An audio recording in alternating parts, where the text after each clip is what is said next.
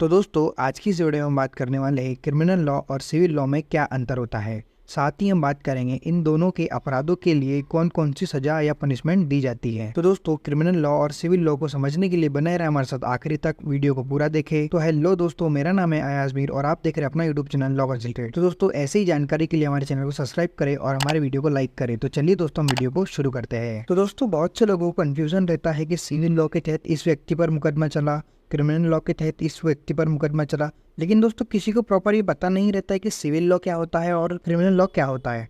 दोस्तों आज हम इन दोनों के बीच के अंतर को जानेंगे। तो आइए दोस्तों हम सिविल लॉ और क्रिमिनल लॉ के एक बेसिक अंतर को समझते हैं। इन दोनों के बीच का एक बेसिक अंतर क्या होता है।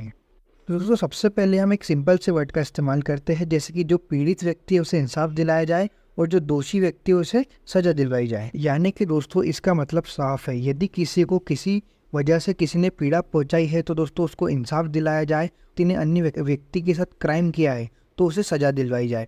इन दोनों के बीच एक ये बेसिक सा अंतर है। यानी कि दोस्तों सिविल लॉ ऐसे लॉ होते हैं जिसमें कि यदि किसी अन्य व्यक्ति ने एक व्यक्ति को किसी तरह की कोई हानि पहुंचाई है, चाहे वह आर्थिक हानि हो, शारीरिक हानि हो, तो दोस्तों इस जो सज़ा मिलती है दोस्तों उसको किसी भरपाई रहती है दोस्तों, वो भरपाई करनी पड़ती है। दोस्तों यदि कुछ अमाउंट का नुकसान पहुंचा है तो उसको वो अमाउंट जो उसको पे करना रहेगा, या फिर कुछ शारीरिक हानि रही तो दोस्तों उसको उस शारीरिक हानि पहुंचाने की वजह से उसको सज़ा काटनी पड़ेगी।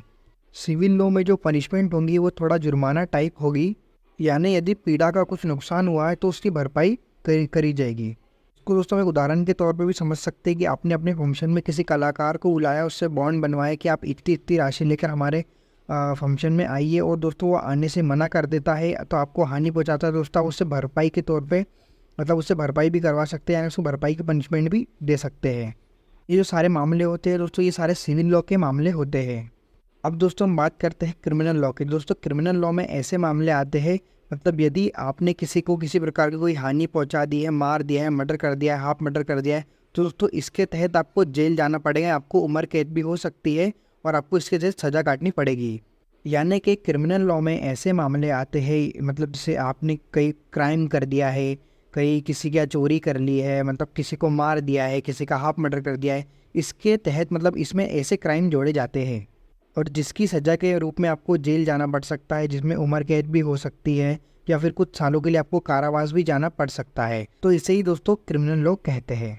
मतलब दोस्तों इन दोनों का अंतर साफ है। अगर यदि कोई सिविल लॉ का मामला होता है दोस्तों तो उसमें भरपाई करनी पड़ती है, और यदि कोई क्रिमिनल लॉ का मामला होता है तो उसमें जेल जाना पड़ता है, मतलब सजा काटनी पड़ती है। इन दोनों के बीच एक साधारण सा अंतर है। अब दोस्तों यदि जो 18 साल की आयु पार नहीं करा हो उस बच्चे के साथ यदि कोई सेक्सुअल हिरेक्शन होता है, जैसे कि अभी रिसेंटली आसाराम के साथ हुआ, आसाराम ने किसी बच्ची का रेप किया, तो दोस्तों इस केस में जो रहता है, एक तो मतलब दोनों लॉ के तहत पनिशमेंट मिलती है, मतलब आपको इसमें जुर्माना भी देना पड़ता है, कुछ आर्थिक जुर्माना भी देना पड़ता है और आपको सजा भी काटना पड़ती है। जैसे कि आसाराम को आर्थिक जुर्माना भी देना पड़ा और उसे सजा भी काटनी पड़ी। तो दोस्तों क्रिमिनल लॉ और सिविल लॉ इन दोनों के बीच एक बेसिक सा अंतर है जो इन दोनों को अलग करता है। तो दोस्तों उम्मीद करता हूँ आपको सिविल लॉ और क्रिमिनल लॉ के बीच अंतर समझ आ गया होगा बड़ी ही आसान भाषा में।